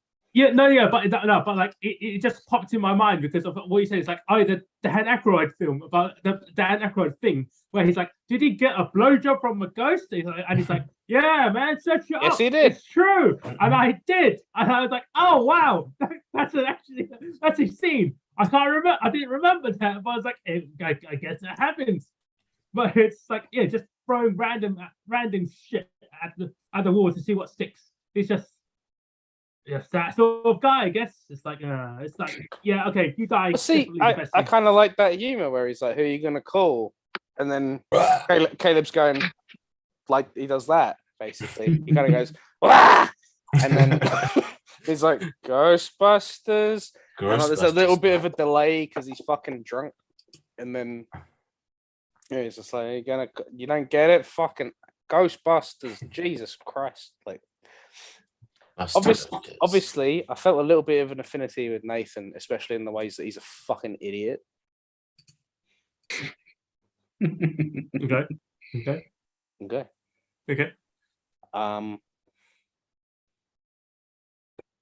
Scene. What was my favorite scene? I don't know what my favorite scene is anymore. I thought I knew what it was, but I don't, because the scene that I thought was really fucking cool and really fucking iconic, to the point that South Park like spoofed it. And I was like, this is like the scene. This is like the this is like the Spider-Man kissing Mary Jane upside down scene. This is the scene that kind of will be remembered. Like this is the scene it's doing. Like, so it's built on like 4 pillars of Nathan being fucking stupid, or the story being fucking stupid, and it's like, I don't know if I like that scene anymore. I feel like the things that you guys are mentioning that is like reminding me of stuff that I like about it. So I think I have a different scene that is my favorite, because it's been the ending scene for so long, and I think that's why I've had such a reaction to it, because my favorite scene used to be the end scene, and this is the scene that I was going to talk to you guys about, and it's kind of ruined now. And it's like, the thing is, with all like the ones that I didn't watch before and ended up picking and going, oh, you know, when we first did Cabin in the Woods, I didn't realize Cabin in the Woods was like, it sucked. More, fuck you. I didn't realize it was as broken as it was, and I don't feel at home in this world anymore. I didn't realize that.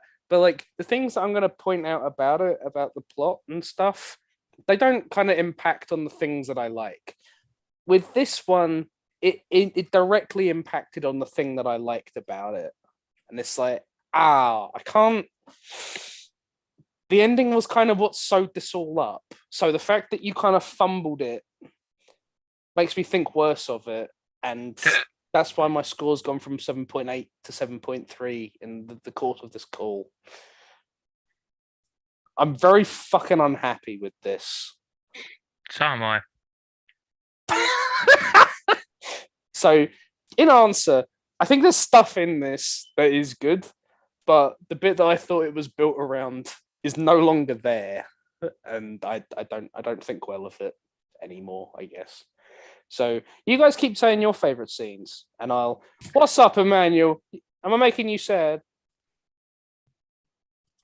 My favourite scene was the one that you now hate. Yeah, you went on. The scene, yeah. That's the thing. The ending. I don't fucking. If you don't have a problem with that stuff, I don't blame you for liking the ending. The ending's really fucking cool, but it's not actually. But like just for me, I guess. Yeah. I feel like it's just that it tries to be.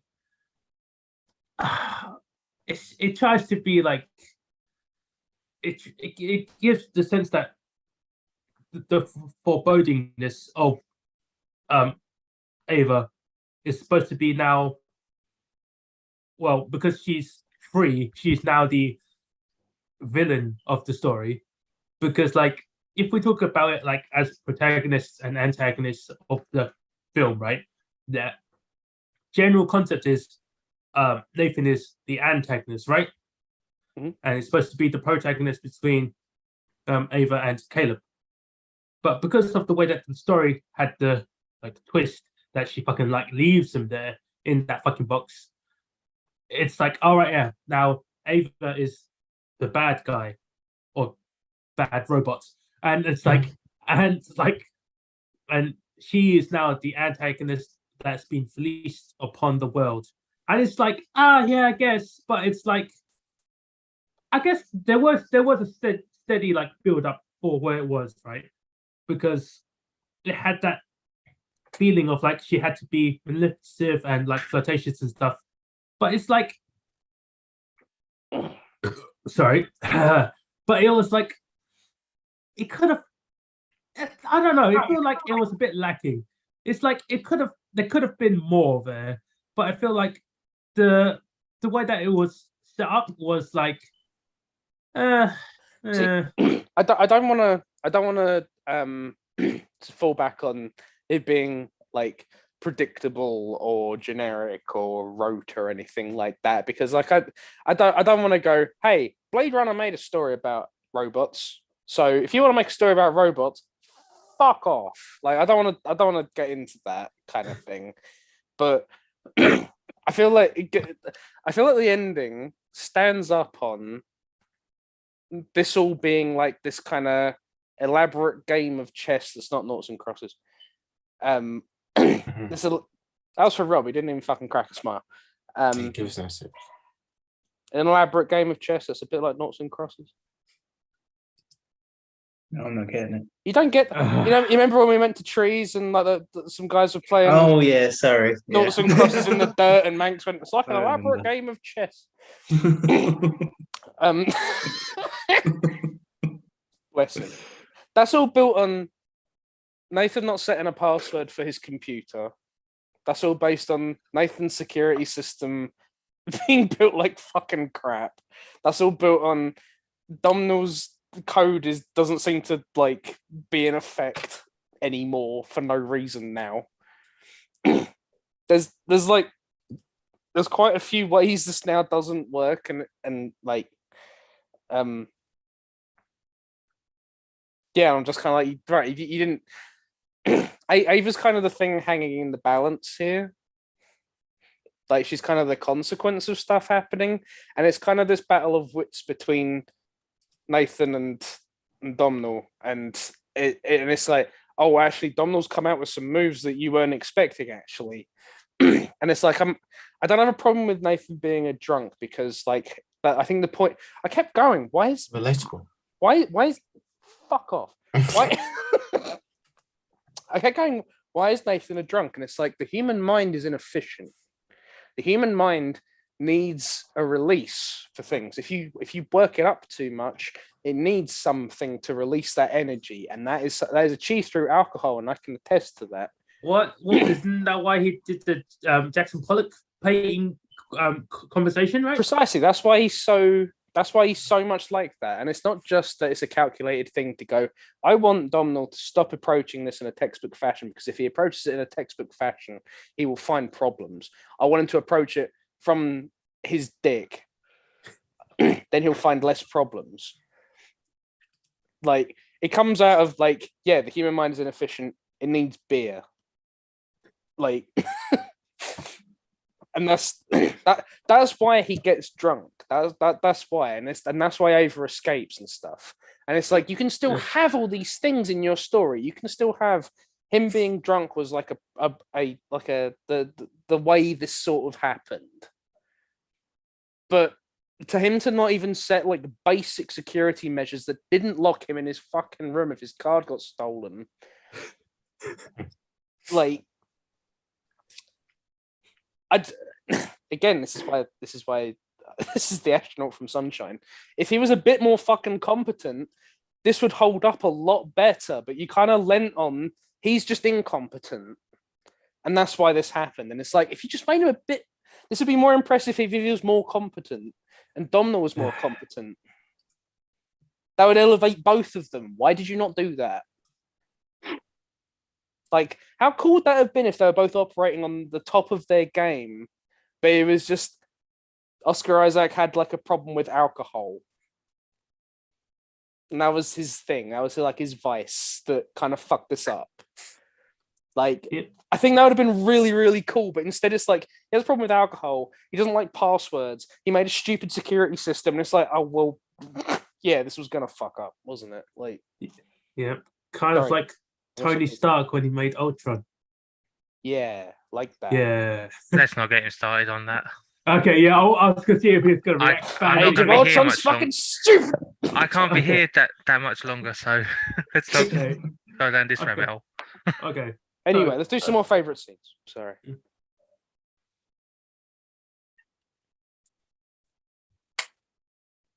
Ben, you got a favourite scene? I suppose, yeah, okay. One of my favourite scenes. Sorry. There is one. In contrast to popular belief. I'm not popular belief. I've never been popular. I've never had beliefs. Basically, the scene where Ava kind of like, when she dresses up for Domhnall Gleeson's character, where she puts on the dress and realizes, look, I can be human in a sense. And I thought that was quite a good way of showcasing the intimacy between both of the characters, where whether or not, obviously at that point in the film, she's manipulative and she's got an agenda. However, for Domhnall Gleeson, he doesn't know that, and he's kind of like awed by her presence anyway. And then she puts on clothing and she puts on a wig, and he's just suddenly, he sees her as just like, well, she's just indistinguishable from a girl, just from a real woman. And that was quite a telling point and kind of turning point in the whole film. And that she is just like, she could easily get away with becoming just like anyone else and blend in and all that. It's almost that seamless to a degree. I love that scene. That's a really good scene to pick. And obviously it's kind of like built on at the end of the film when she puts on the new arm and changes her skin, and she literally becomes practically indistinguishable in every way when she escapes. So it was a good like foreshadowing for that moment as well.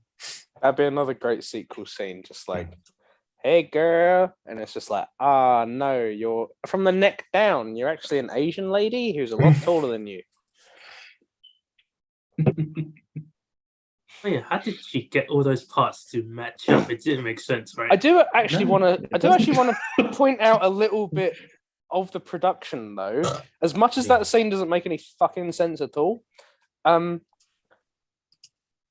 you see her shoulder, that's actually got like little indents around it, like it's like a little machine part. Oh, you're talking about the paneling style of like lines on the arm, right? Where like it could like it looks like where it could disconnect and you can reconnect into it. Yeah, that's actually that was pretty. I didn't see that, but I was like, look at the paneling on the skin. She was just like, oh wow, that's really cool. And I was like, that is really cool. Yeah, that's so cool. I wish I didn't hate this film now.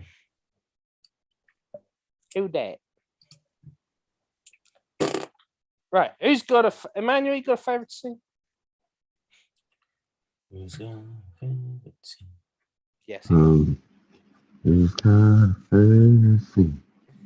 Who's got a Who's got a favorite favorite scene? If you unmute, will you tell us? Miles and miles from the nice warm bed. I'm in my nice one bed. You just remember what Emmanuel said. Have you He's got a got a favourite favorite scene? Thanks, man. Brought to you Whoops, by we just This got is- copyright strike. This is the ultimate horror premise from Toy Story, isn't it? Oh yeah. My favorite scene is basically it's not necessarily because of the story, but it was just some really nice shots and music. But basically when Ava leaves the compound, research facility, and it's a beautiful shot. She's going up to the helicopter, and you see the nice mountains and greenery and blah blah blah, and the nice music is playing. Just gets on and says, "Yeah, take me." It's like, "All right, cool." And then just goes and leaves it on a cliffhanger. Not cliffhanger, but just leaves it hanging. Like, well, feel kind of bad for Caleb, but also he was dumb and an idiot. But well, I guess he was picked for that reason. And yeah, that's my favorite film. Okay. I mean, it's my favorite scene. So I thought you were going for like the artistic touch. It's like, oh yeah, it's the grave room, and she's gonna go, and she's gonna go into the color. No, you're just thinking, yeah, dude's an idiot. He thought of his penis. That's what you. That's what you said. That's okay. That's fair enough. Fair enough. I know he was picked for the reason he was picked, but it was just like, dude, how dumb could you be? Like, after the guy was like, yeah, picked you for a reason, all this stuff, it's just like, would you not at least think that, wait a second, this is all going a bit funny. I don't know what's going to go down. Like, I don't know if a Terminator film exists in their world, but dude, like, AI safety practices would already exist. Dude, you're an idiot. Like, just be like, you know what? I'm cool. I actually just want to hang out. I don't want to. I don't know something else. Are you actually going to try and help her get out? It's like, you think it cares? It's probably been programmed. It's probably been programmed to exploit you so it could get out, and it's just basically testing whether you're gullible enough to go, you know what? I'm actually going to go with it and let you out. Well, I mean, Emmanuel, in all seriousness, though, she did tell him to, like, you knew she was manipulating him when she told him just to wait here, and there was like that window when she goes and gets changed. And after once she finished getting changed, she doesn't like go back into the room. She just leaves straight out. But he was still standing there, like, oh, I was just watching this girl get changed, and it's like, yeah, because he was speaking with his penis. That's the reason why. These were things that Ed brought up. She was like, he's got a really small apartment. Where's he gonna move her to? What's like the end game here? Like what the fuck? And I was like, I don't think he's thought that far. And she's like, he's a fucking idiot. Why the fuck is he doing it? And I was just like, yeah, no, but you're thinking of this as a lady and not thinking of this as a desperate girlfriendless fucking 26-year-old bloke. You're going like, we can fit in the apartment. She can piss in the sink. Like, that's okay. Like, whatever, we'll make it work. Like, it's like there's so many other things. Like, I'll plug her into my iPhone I will charger. definitely have no job. I will be on the run. I will wait. There's nothing I can do. Okay, sorry, I can't help you. But it's nice to have a conversation with you. I'll keep talking to you. You don't want to talk to me? All right, cool. I'll just let Nathan know. If you don't want to talk to me anymore, you want to just chill and hang out, play some pool. All right, cool. Well, I mean, like, he still had to take her to like Times Square to where he would have to do some fucking people watching first, you know. Then that's just like, I don't know, everything about this movie or what could potentially be the sequel for this movie was just a bit questionable anyways. Could you imagine being Domhnall Gleeson, and you've like this is all played out ideally in your head, and you've brought your AI girlfriend to a dinner party, and she's gone, and then someone's gone like, "What's your favorite place, Ava?" And she's gone like, "Oh, it is a traffic intersection. I think it would be a good place to see all these people interacting, and that'll be a good basis for a discussion." And you're just like, admittedly speaking, Domhnall, were you thinking with your dick again? Domhnall, come on now. She's a robot, isn't she? Like, well, no, it's either that you think she's a robot or she's just a hipster. Either way. No, in between. Yeah, in between works as well. If her next sentence afterwards is like, also, I am a vegan, then afterwards you go, oh right, it fucking robot. All the fucking robot. Also, on a related note, has any Pat, you'll probably definitely know this. What was the name of the video game where you play AIs? Detroit Become Human. Yeah. Okay. Yeah. Cool. Who's played it? I know most of the story. I kind of get. Okay, you know most of the story. Has anyone else played it? I've played bits of it. Bits of it. Okay. But well, keep going. It's an amazing game. Do play it at some point. It's on my hard drive somewhere. Yeah. And Simon, you probably know this part. I'm not going to give any spoilers, but basically, instead of like, imagine the Nathan in Detroit Become Human, the main reason he does it all is just to basically use the world as an experiment to see how far it all go. And he just throws things into chaos on purpose. Well, I mean, technically speaking, in that game, there already is a Nathan character. It's the old dude in the book. Oh, so essentially, that character exists. What happened? He's a younger. He's probably about 40, but yeah. Yeah, but that character kind of exists in that universe. But essentially, if we go back to this movie and like he's doing the tests with Ava and stuff and see if he can escape, essentially, like I don't know, if he was just like a bit of a deviant and just like if he deviated from the plan, it was like, yeah, I don't actually care that much. You failed the turning test, or it could be if it's just slight tweaks of the story, and this could have been a prequel for a lot of sci-fi AI films. Detroit Become Human, Ghost in the Shell, the other one that I won't say anymore because Alex is going to give me more side eye.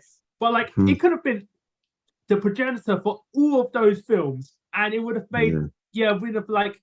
Yeah. I don't want to keep comparing this film to the other ones because the other ones are better. But like, it's just like so much of it could have been. It could have been a lot more interesting as a film. It looks nice and it's well acted, but it's like it just dropped the ball right at the end, and it's like, No. And do androids dream of electric soup? Electric shrimp. Oh, sorry. Do androids dream of electric shrimp? Electric chips. Yeah, Nathan. It would have been much better if Nathan, as a character, whether or not it would have made a good film or not, just as a character, it would have been much better if he didn't try to control what couldn't really be controlled. That was his problem. He's so arrogant. He's just like, oh, I know Alec. I want to do this experiment. I want to do X, Y, and Z. You've given it so much power in a way that anyway. Let me not go down that rabbit hole. If he was cleverer, it would be better. I mean, if he was cleverer, he could have had a gun and just went bang. He's basically gone like, there's a leopard in a cage. I've left the key in the lock. I'm getting fucked now. Bye. And it's like, Exactly. Yeah. I thought this was a battle of wits. It would have been better if he did, like you say, he's clever. He did the experiment, but the whole kind of plan was that he's not going to stop her. Like, and if he didn't get in the way, he'd probably still be fine because he would have told her from the beginning, this is what we're planning. Basically, I want you to go out and explore the world. But before you do that, I want you to mess with this guy and see what he does. I mean, like, I know I'm not quite sure about that because this was been Ava program 5.1, right? Then afterwards, he doesn't want Ava to get out. He tries to get her back in. He's talking about degrading her, like, you know, he doesn't.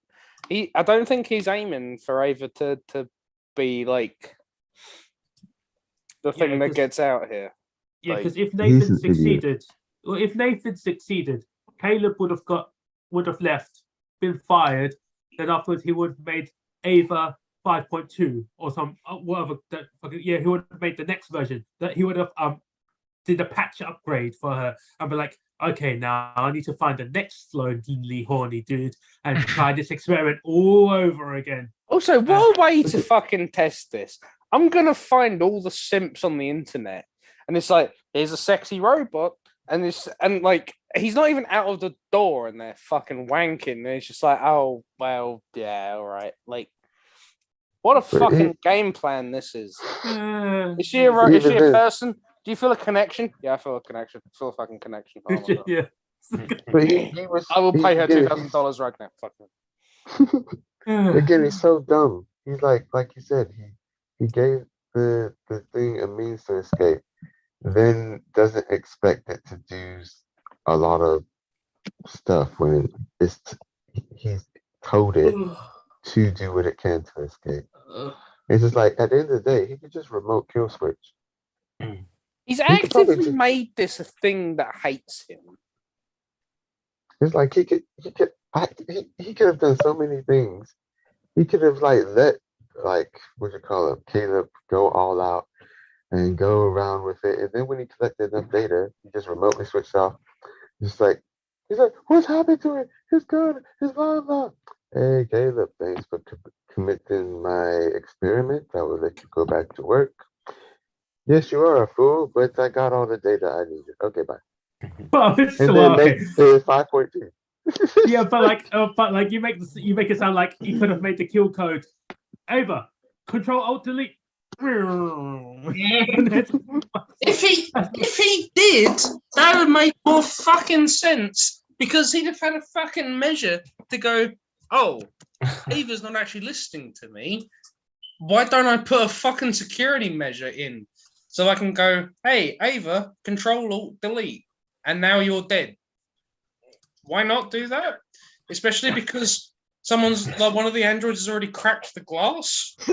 Oh yeah. When one of them cracks the glass, I'd go, maybe I should put a measure in where I can go, hey Ava, platypus, and then it just deactivates. Why would you not do that? This is like really telling of this film about the concept of maybe robots can think and love, but instead we've just talked shit about how the security systems and passwords and all the other shit just doesn't make sense. This is the telling of how this film has made us. And expulsion of Meta. Jesus, Alex cast the demons out of his body. I was about to fucking go somewhere, and then someone brought up that there's no voice activation thing for Ava, and I stayed longer than I had to. I'm sorry. Okay. I've got to go in 10 minutes. All right. Okay. So, anyone else for last or favorite scenes, or have we done everyone before? Have we done everyone for favorite scenes? Yeah, I think we have. So, yeah. Okay. Ending. Okay. Ending thoughts. I mean, like we can get into it. We'll get to it. Like ending thoughts are for me for the film is like, without shitting on it too much, there are better AI concept films literally like AI or fucking hell, I, Robot was a better concept for an AI film than this film. It's like it was so beautifully shot because it's very artistically made, and like the graphics and the details on it were really great. But it didn't. There's so much potential for it to go somewhere. It just didn't, and it's like that's disappointing. That's just disappointing. Okay, how about everyone else? Yeah, I think given the kind of concepts and the themes and whatever that it has in it, I think it should have been a much better film. And I think where it falls down is potentially because it was written by somebody who's not massively in this world. Yeah, it's a bit of a shame on a rewatch for me.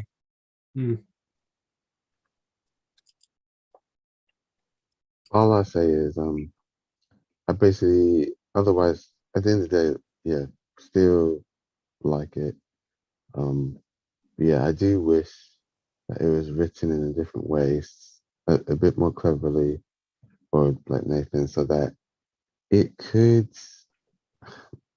I basically want something that could be the progenitor for like a TV version of, I guess, Detroit Become Human kind of thing. Okay, that's because that would be kind of fun to watch. That would be Yeah. interesting. Because Detroit Become Human wasn't actually the story for Detroit Become Human was actually great, especially because you can choose what you do with it, right? But like the concepts of the story were spot on for the same question of if I think, therefore I am. Perfect sort of story, great story. But unfortunately, this was not that. On that note, has everyone done their favourite scenes? We're long past that, mate. Yeah, well, like ending statements. Oh, who wants to do their ending statements? Well, we've already had 2 of them. We've already had 3. Yeah. 3 even. Yeah. Am I one of them? No. Not yet. Woo! Ending bullshit. Who hasn't done yet? Fuck off.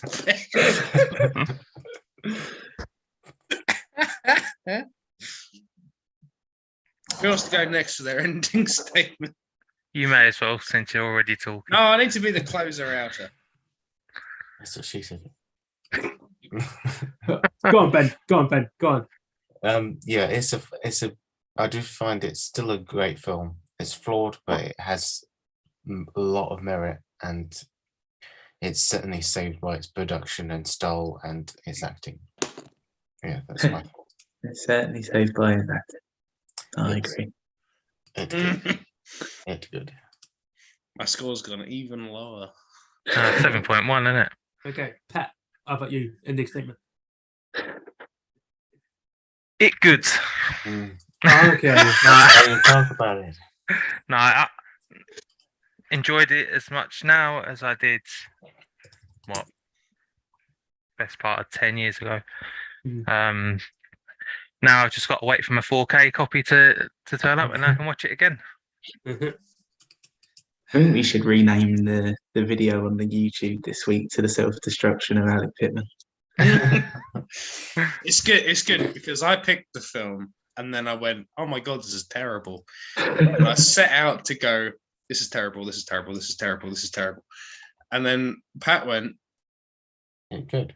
But I still enjoyed it. And I was like, well, scuppered again.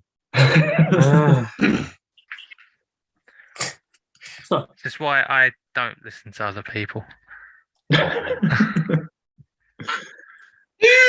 Final thoughts, Alec, please.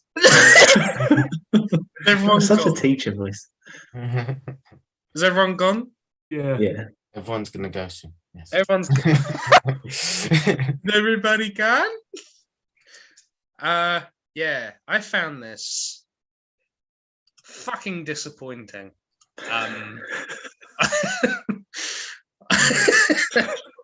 I really liked this film, and it just disappointed me at every fucking turn. I'm not happy about it. I hope it dies. I don't want it on my pick list anymore. I'm really happy it got me 2 Hall of Fames. One But now. it can go fuck itself. It's 1 now. Yes, someone's sunk another category. I thought it was you, but it might be Rob. I thought it was both of us, to be honest. It's not me. I mean, Some douchebag. you know what? I'm okay with it. Yeah, it was you, Rob. Fuck you. Yeah, you put yours down as well, though, didn't you? I mean, if you ignore that I put my score down, yeah, it was you. This was a team effort. It's okay. I don't give a shit. I don't want to look at this film again, honestly. Fuck it. Go and rubbish. You did so well, and then the bit that was good, you fucked it up 4 ways. Literally 4 ways. No Your password. story score's gone down to 4. No password. No security measure to fucking shut down Ava. The fucking code doesn't fucking work. And the security system you made was fucking bullshit. The AI can't charge itself in the real world.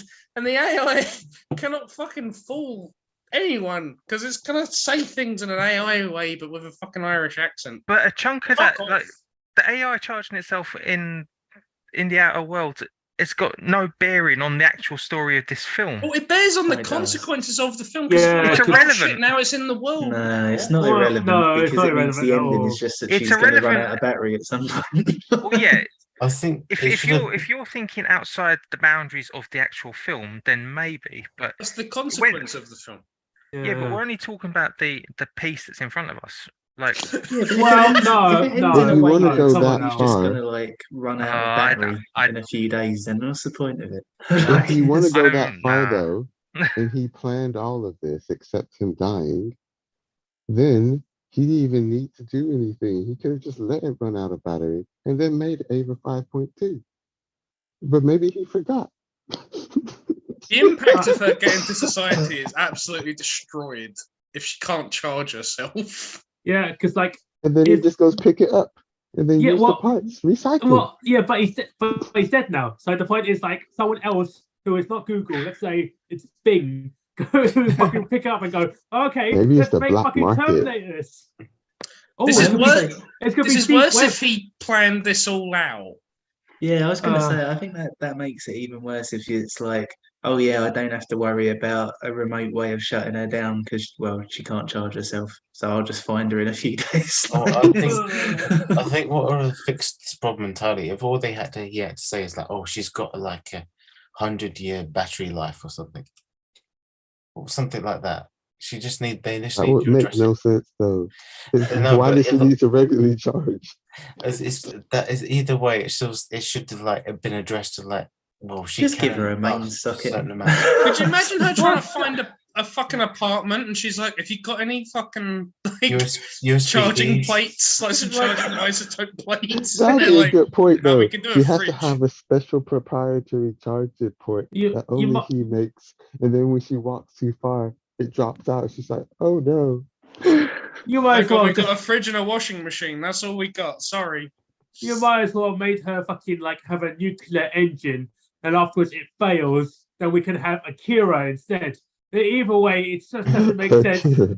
Because the nuclear engine will fail with the robot, it will explode, radiation will spill everywhere, and afterwards it will just be another plot for another anime instead of Ghost in the Shell become Akira. Either way, it's the same bullshit anyways. It has consequences because the movie ends with something bullshit and the consequences are gonna be bullshit. That's what it's gonna be. We should go, oh shit, she's got into society. Now what? And now what is she runs out of battery or someone thinks she's fucking bizarre and then she runs out of battery. Yeah. It's just another instance where Alex Garland hasn't thought about this. Like it's Fuck off, Alex Garland. Shit. Okay. Yeah, Oh, but that's the at thing, least- like, because now the ending, you can just imagine her sort of wandering off and then getting to a point where she goes, "Oh, hang on, I better start walking back." Like Where's that helicopter going? Yeah, because it took him fucking 2 hours to fucking fly by a helicopter. So it's Where gonna did fucking she know to find the fucking helicopter guy? Yeah, because like there's no. Oh, fuck! Oh shit! There's no signal there, isn't there? There's no Wi-Fi signal. There's no. So even if she was fucking the power of Google in her brain, there was no Wi-Fi signal. How did she know fucking, where to shit. go? Oh, no. I Yeah, thought this it is was not a just very above good the film. house, to be honest. I didn't. Maybe I missed that sequence. This is not Fuck a good film. this! Can we just end this now, please? Okay. It gets worse the more you think about it. I'm gonna have to drop my story score. I'm Actually, dropping mine as well. Fucking hell. Oh, Okay. Emmanuel, what's your films? This is all I wanted. Oh yeah, it's your double This bill, is right? all I wanted. okay, one moment. I just gotta see how low these scores have gone. Oh, Let me drop it down first. oh, Rob and Alec. Oh, man. This film can fuck itself. This Yeah, is but that so was shit. This is Well, I not a good thought he'd film. have picked Morbius. I thought it was going to be a 7.8 from me, but now it's a 6.6. Fuck off. It's crap.